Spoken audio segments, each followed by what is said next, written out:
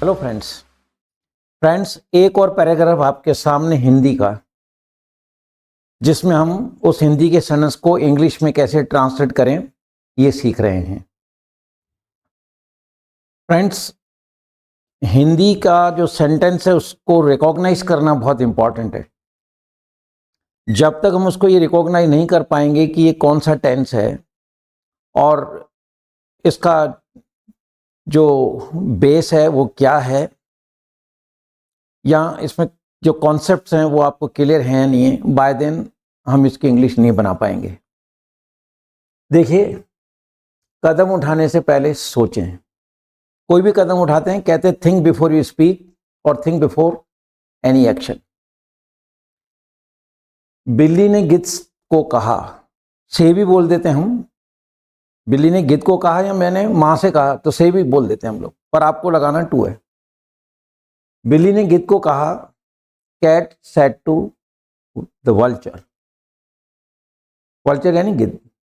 क्षमा कीजिएगा, excuse me, मैं एक बहुत ही भली बिल्ली हूं।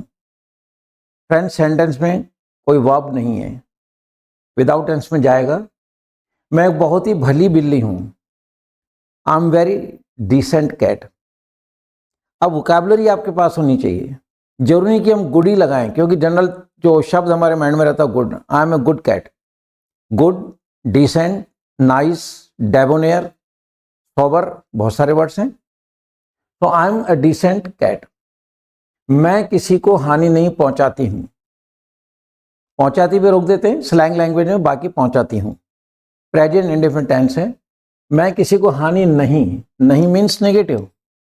बिल्ली सिंगुलर है, ठीक है, लेकिन मैं आ रहा है तो अपन को डू नॉट लगाना है। ध्यान रखना है अपन को सब्जेक्ट में है। मैं किसी को हानि नहीं पहुंचाती हूं। I do not harm to anyone. अब इसको हम थोड़ा एम्फेसाइज करें तो हम ये कहेंगे I never harm to anyone, यानी मैं कभी किसी को हानि नहीं पहुंचाती हूं। तो डू नॉट भी लगा सकते हैं और I never harm to anyone भी लगा सकते हैं। मैं प्रभु के स्मरण में लगी रहती हूं। अब फ्रेंड्स, इसको अगर हम मैं प्रभु के स्मरण में लगी रहती हूं कहने को प्रेजेंट इंडेफिनिट टेंस है, पर इसको हम विदाउट टेंस में भी लिख सकते हैं। I am always busy in missing to God. I am always busy in missing.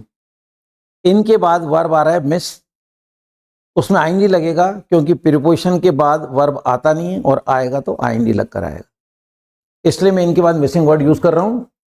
I am always busy in missing to God. I am busy in missing to God around the clock. Always न लगा करके एक phrase लग सकता है around the clock.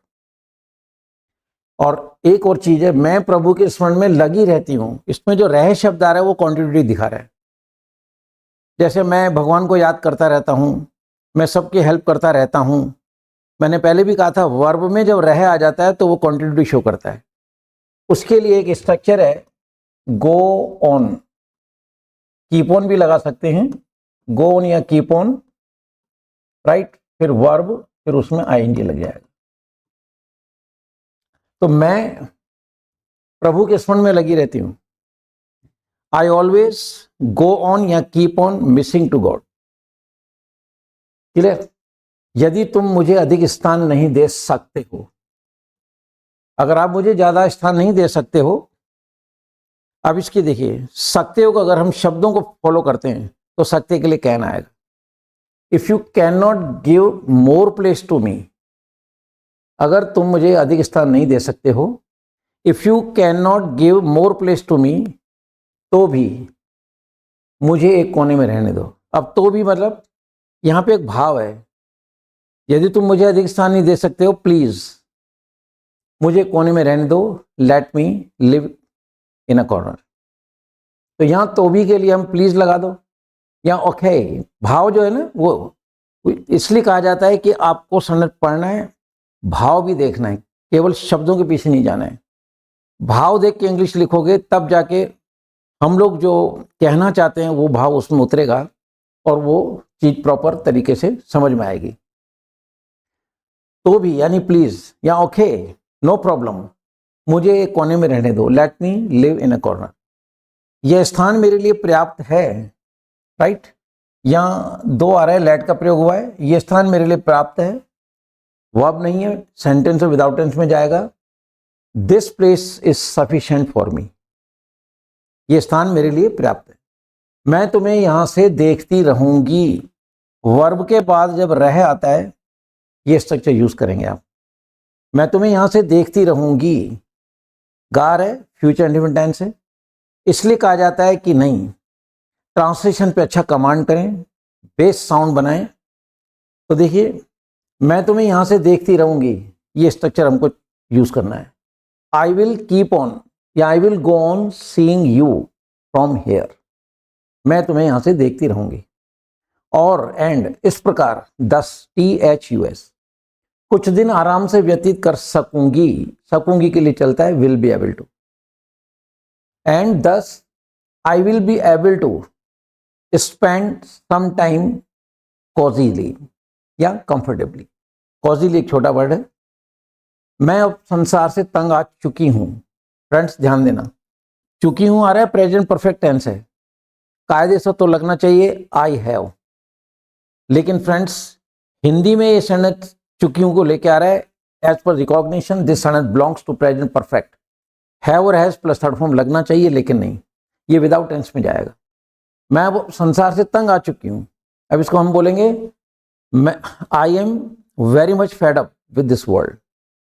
I am very much fed up, I am very much fed up with this world. मैं अब अच्छे लोगों की संगत में जीवन व्यतीत करना चाहती हूं, present indefinite. Now I wish to, अब मैं अच्छे लोगों की संगत में जीवन व्यतीत करना चाहती हूं। Now I wish to pass my life या spend my life in the company of good people, in the company of decent people, in the company of sober people, right, करना चाहती हूं। गिद्ध बहुत प्रसन्न हुआ, हुआ आ रहा है, पास्ट इंडेफिनिट टेंस का सिंपल सेंटेंस है। गिद्ध बहुत प्रसन्न हुआ, पास्ट इंडेफिनिट टेंस के सिंपल सेंटेंस में डिड नहीं लगता है, सेकंड फॉर्म लगती है। वल्चर बिकेम वेरी हैप्पी, अगर हम शब्दों को पकड़ते हैं तो, if you follow the words, vulture became very happy, इसको विदाउट टेंस में भी लिख सकते हैं, वल्चर वाज वेरी हैप्पी, है ना, कि गिद्ध बहुत प्रसन्न हुआ, उसने आंखें बंद कर ली, पास्ट इंडेफिनिट टेंस का सिंपल सेंटेंस है, डिड नहीं सेकंड फॉर्म। उसने आंखें बंद कर ली, ही क्लोज्ड हिज आईज, बिल्ली ने वहां रहना आरंभ कर दिया, उसने आंखें बंद कर ली, ही क्लोज हिज आईज, यानी उसने कंसेंट दे दी, बिल्ली ने वहां रहना आरंभ कर दिया। And cat started living there, रहना जो आ रहा है यहां पे नाउन है, बिल्ली ने वहां रहना आरंभ कर दिया, आरंभ करने के लिए स्टार्ट वर्ड यूज किया है, रहना जो है उसमें आईएनजी लगकर दैट इज बिकमिंग नाउन।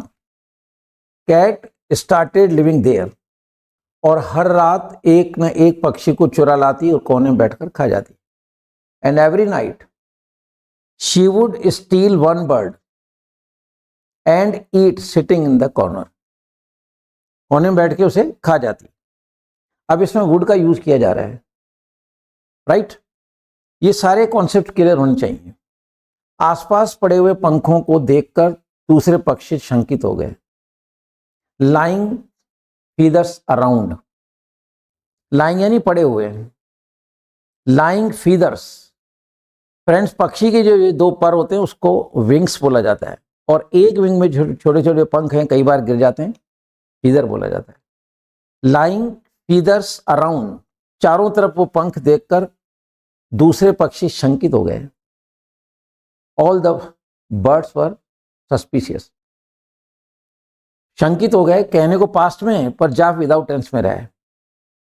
जैसे मैंने आपको कहा कि मैं कुछ नहीं बोला, अब वर्ड्स को फॉलो करते I did not speak anything, लेकिन इसकी एक्चुअल इंग्लिश है आई वॉज साइलेंट, क्योंकि तुम क्या थे साइलेंट, तो साइलेंट यूज करो ना, अब विदाउट टेंस में चला गया। दूसरे पक्षी शंकित हो गए।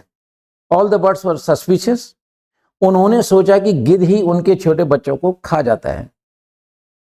दे थॉट, उन्होंने सोचा, पास्ट इंडेफिनिट टेंस का simple sentence, they thought that only vulture Yeats there babies, केवल मतलब जब ये गिद्ध ही उनके बच्चों को खा जाता है। Only vulture eats to their babies. Eats बोल रहा हूँ क्योंकि वल्चर सिंगुलर है, प्रेजेंट इंडेफिनिट टेंस का सेंटेंस है, राइट, खा जाता है।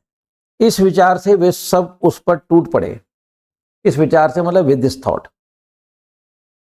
All attack together, all attack together, और उसको जान से मार डाला, एंड किल्ड हिम। आप बर्ड्स के लिए हिम हर यूज कर सकते हैं, कोई दिक्कत वाली बात नहीं है, और नहीं तो इट भी यूज करते हैं। सच है, हमें बिना सोचे समझे और बिना प्रमाण के कोई भी गलत कदम नहीं उठाना चाहिए। It is true, we must never take any step without thinking and without any evidence, कि बिना प्रमाण के और बिना सोचे समझे कोई भी कदम नहीं उठाना चाहिए।